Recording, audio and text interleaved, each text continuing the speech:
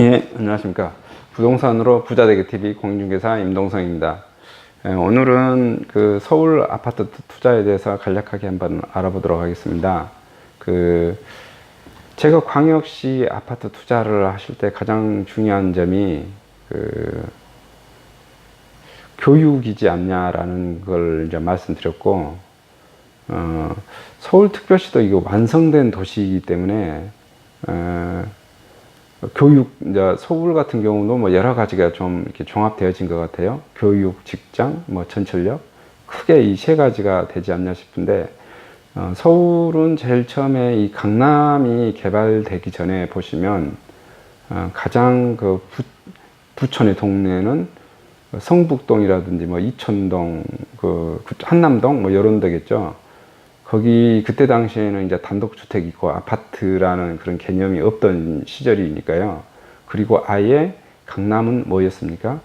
뭐 영등포구라든지 동작구라든지 강남구라든지 이런 서초구 이게 다 논밭이었었잖아요. 근데 이전에 이제 그렇게 단독주택에서 있다가 강남을 개발을 하면서 강남으로 이주해 왔습니다. 그때 당시에가 이제 제가 알기로는 박정희 정권 시절 때였고, 처음에 아파트를 분양했을 때 다 대부분 미분양이 많이 났었죠. 왜냐하면은 시골 촌구석이었으니까 뭐 배밭이고 논밭이고 그러는데 뭐 또 뽕밭이고 그러는데 거기 와서 어떤 기반 시설이 전혀 없는데 이제 처음에 도로만 이렇게 뭐 넓은 도로만 있을 것이고 거기에 또 그때 당시에는 포장도 제대로 안 된 그런 상황이었으니까 그래서 그때 당시에 제가 알기로는 그 강남을 개발하는 그 주체인 서울시나 국토부가 추진을 하는데 강북에 있는 사람들이 아무도 거리를 가지 않았습니다. 가지 않자 어떤 특단의 조치를 내려서 강제로 했습니까? 바로 강북에 있는 서울의 가장 좋은 8학군이라고 하는 그 모든 뭐 경기고등학교 이런 것을 다 강제로 뭐 쉽게 말하면 배제고라든지 이런 뭐 그런 모든 서울에 있는 8학군을 강제로 다 강남에로 이주시켜 버렸습니다. 그게 군사정권이니까 물론 가능하겠죠. 지금 같으면 민주화 시대에서는 뭐 학부모 협의회라든지 뭐 교육청이라든지 뭐 종교조라든지 이렇게 해서 당연히 그것을 실현시키는데 거의 힘들겠죠. 근데 그때 당시는 이제 군부 정권이고 명령 한번 내리면 뭐 모든 게 일사천리로 진행되는 그 시절이었기 때문에 그때 당시에서 그런 사진도 많이 돌아다닐 겁니다. 경기고등학교의 학생들이 뭐 쉽게 말하면 버스가 오지 않아서 뭐 줄 서서 걸어서 가는 경우도 있고 아니면 뭐 진흙탕길을 비 오는데 진흙탕길을 다니는 그런 것도 있고 그런 사진도 많이 이렇게 돌아다닌 것 같아요. 그런 이후에 강제로 8학군을 옮기니까 어땠습니까? 강북에 있던 그 부자들이라든지 이런 사람들이 어떻게 합니까? 좋은 학교를 보내야 되니까 당연히 강남으로 왔겠죠. 그리고 그 강남에서 살다 보니까 이제 부자들 살다 보니까 빠른 속도로 그 강남 개발이 이루어질 거고 지금의 이제 90년대, 2000년대에 들어서는 어떻습니까? 우리나라 대기업들이 제일 처음에는 그 종로 같은 데에 대기업군들이 많이 있었으니까 종로 같은 데서 그 다음에 거기인데 지금 강남으로 다 넘어왔고 이제 웬만한 대기업들이 다 강남구 이런 대로변에 있고 지금 거기가 지가가 너무 비싸서 지금 일부 회사들이 분당으로 이렇게 좀 넘어가는 경향이 좀 있죠. 그래서 봐보면 그 서울은 항상 부동산 정책하면 그 강남구 대치동 음마 아파트를 이제 많이 보여주는데요. 그 강남구가 실질적으로 대한민국의 그 부동산을 할 만한 설명해 줄 만한 거 모든 게 다 있어요.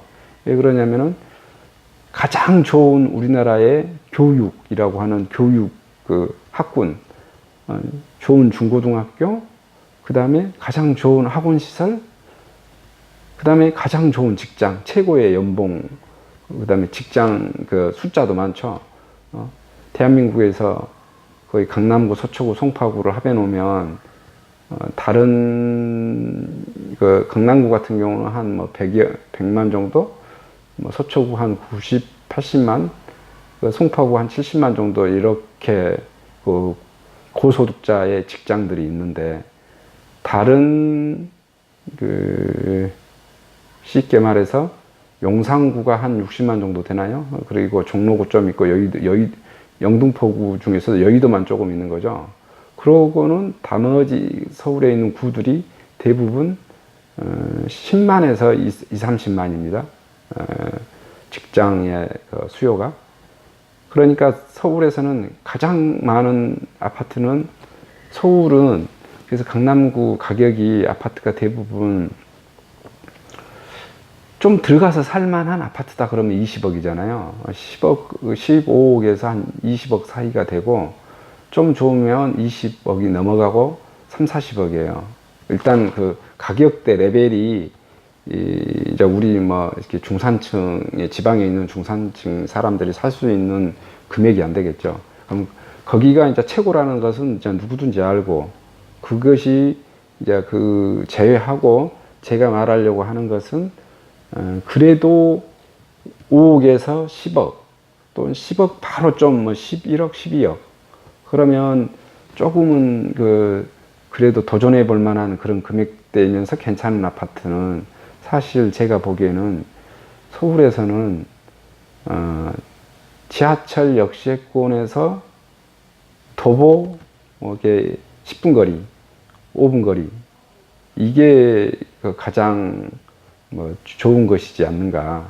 물론 이제 돈 많은 사람들은 예를 들어서 강남에 그 학군으로 기원이 이렇게 들어가려고 하실 거고 또 그 다음에 이제 또 후차적으로 떠오르는 게 목동에 뭐 교육학군 이렇게 떠오르겠죠. 그래서 이제 서울은 그 봐보면 완성된 도시로서 사실 어떤 아파트든지 새 아파트기만 하면 서울은 모든 게 해결된다고 봅니다. 이게 예전에 다른 뉴스도 보시다시피 서울은 아파트 보급률이 60%가 안 됩니다. 그리고 20년 이하 된 아파트들이 거기서 또 절반밖에 안 돼요. 근데 모든 신혼부부랑 젊은 사람들은 아파트에 살기를 원합니다. 그렇게 되면 사실상 그 두 가지 조건만 갖추더라도 선택할 아파트는 몇 가지가 되지 않아요.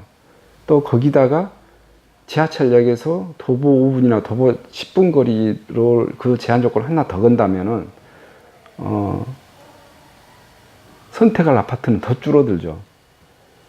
선택할 아파트는 더 줄어들어요. 그래서 서울에서 사실 공급되는 아파트 치고 초창기에는 가격이 비싸다 해서 미분양이 날 수 있고 아니면 어떤 규제 때문에 대출이 안 돼서 뭐 미분양이 날 수 있지만은 사실상 서울은 제가 보기에 세대수가 일정 이상 넘어가고 예를 들어서 그러기만 하면은 뭐 어떤 아파트든지 다 이렇게 괜찮은 것 같아요. 근데 이제 저도 서울에서 직장 생활을 해봤는데 서울에서는 제가 이 지방으로 내려오면 항상 차를 끌고 다니고 버스 요금 자체를 모릅니다. 제가 학교 다녔을 때도 제 선배인 변호사분이 이렇게 그런 특강 강의 중에 그런 말을 했어요.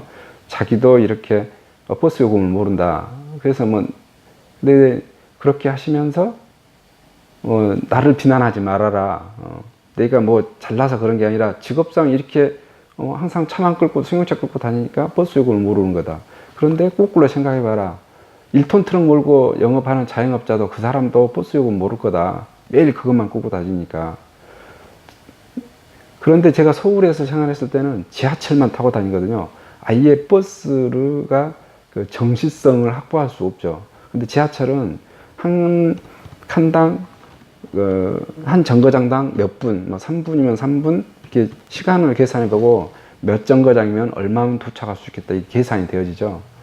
그래서 모든 사람들이 직장 생활할 때 정확한 출퇴근 시간을 맞출 수 있고, 서울 같은 경우도 그 대형 도시다 보고, 또 서울은 위쪽, 전역 같은 경우 지금 지방에 있잖아요. 지방 같은 경우는 그래도 날씨가 좀 더 괜찮은 것 같은데, 서울만 돼도 겨울 되면 어쩌습니까? 눈이 굉장히 좀 많이 내리죠. 도로 빙판 얼고 뭐 했었을 때, 마을버스라든지, 예를 들어서 마을버스 타고, 다시 일반 버스 타고, 다시 지하철 타고, 이 3번 갈아탄다고 하면은, 근데 그래서 보통 사람들은 그 마을버스 타는 것, 일반 버스 타는 것 자체도 귀찮아하고, 대체적으로 서울에 산 사람들은 다 지하철역 근처에서 살려고 하는 것 같아요. 저도 서울에서 10년 가까이 있었지만 모든 생활이 다 지하철역 근처에 있었고, 무조건 지하철 노선도만 보고, 그리고 직장인들이 정말 자기가 영업직이거나 고위직 아닌 사람들은 제가 보기에 다 승용차를 집에다, 아파트에다 다 놔두고 다 출퇴근합니다. 지하철 타고. 그리고 거의 토요일이나 일요일 정도만 가족과 놀러 가거나 했었을 때 승용차를 몰고 다니는 것 같아요. 회사에 들어와도 그 주차비를 감당할 수 없고 뭐 그러니까, 그렇게 되면 가장 중요한 게 바로 지하철역. 그러면 이제 아파트, 서울은 투자한 메리트가 나오겠죠. 일단 강남은 뭐 무조건 되니까, 강남은 제외하더라도 강남 말고라도 했었을 때는 아파트가 20년 이하 된 아파트, 20년 좀 이상 되면 그때부터 좀 문제가 있으니까 보통 한 15년이나 13년이나 이 정도 되겠죠. 10년 안에 들어오면 더 좋을 것이고, 거기에다가 세대수는 한 500세대나 이상 되어질 것이고, 1000세대 이상 된다면 더 적겠죠. 서울은 세대수도 대단지로 개발하니까 많습니다. 그러면 주변에 세대수가 많은 아파트는 옆에 항상 학교가 있습니다. 학교가 있으면 더불어 등하교가 가능해서 좋을 거고, 그 다음에 아파트 끼고 있고, 지하철역 끼고 있고, 그래서 서울은 그러한 그 신규 분양한 아파트면 또 새 아파트니까 그런 메리트가 있어서, 그 정도의 위치만 따져도 여러 가지 무슨 뭐 품질을 고려하지 않더라도 그 정도만 따져도 서울의 아파트는 어떤 것을 그 새 아파트가 나오면 다 가격이 올라가는 것 같습니다. 요즘 뭐 지금 서울에서도 지금 미분양 나는 아파트가 있는데, 사실 돈이 없어서 그렇지 잡을 수만 있다고 하면은 조금 몇 년, 한 2, 3년 지나면 다 가격이 오릅니다. 그 오르는 속도가 우리의 본국보다 훨씬 빠르고, 그 다음에 지방광역시나 지방의 중소도시보다도 더 빠른 속도로 올라갑니다. 사실 뭐 서울 아파트는 제가 봤을 때 거의 뭐 검토를 할 필요가 없다는 생각이 들 정도로 서울 아파트는 좋은 것 같습니다. 물론 이제 거기에 따라서 올라가는 진폭이라든지, 물론 이제 시세 차익을 봐야 되니까, 그 개개 단지마다 이게 좀 과하게 좀 지금 올라가져 있는 시점이냐, 빠져 있는 시점이냐, 이런 것은 각 개별 단지마다 조사해 보면 나올 걸로 판단됩니다. 이상 서울 아파트에 대해서 간략하게 설명했습니다. 감사합니다.